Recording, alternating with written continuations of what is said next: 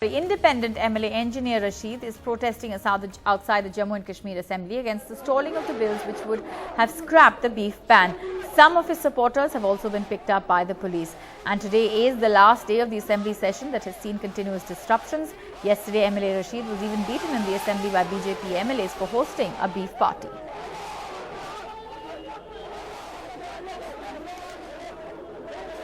Why have you timed the...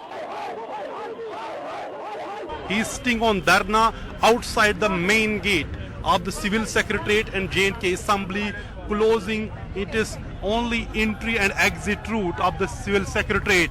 Now police is thinking what to do. Police is planning to take him inside the assembly if he doesn't agree to do this. But this has since morning has created a situation outside the assembly near the Secretariat main road where dozens of engineers supporters were arrested, detained by the police for carrying out protests, because always the 144 is enforced in this area. Many people, they were clashed between the protesters and the police, and Engineer Rashid is saying he's protesting against what he says stalling of his bill by the government in the assembly. Yesterday he had moved a bill demanding, seeking to scrap the beef ban law in Jammu and Kashmir that is invoked since 1932.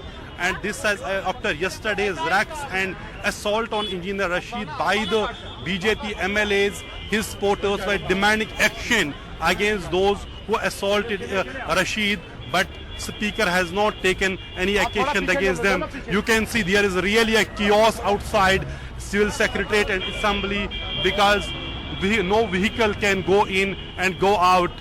Chief Minister has entered the Assembly a few minutes back. He has before engineer sat on Dharna here, but now it's a tough challenge for the police how to deal with this situation. So all this session was actually dominated by the beef ban controversy. Now it is spilling on to the streets, and independent MLA Engineer Rashid taking black banners and carrying out a protest demonstration here in Srinagar. So clearly beef issue controversy is refusing to die down here in Jammu and Kashmir.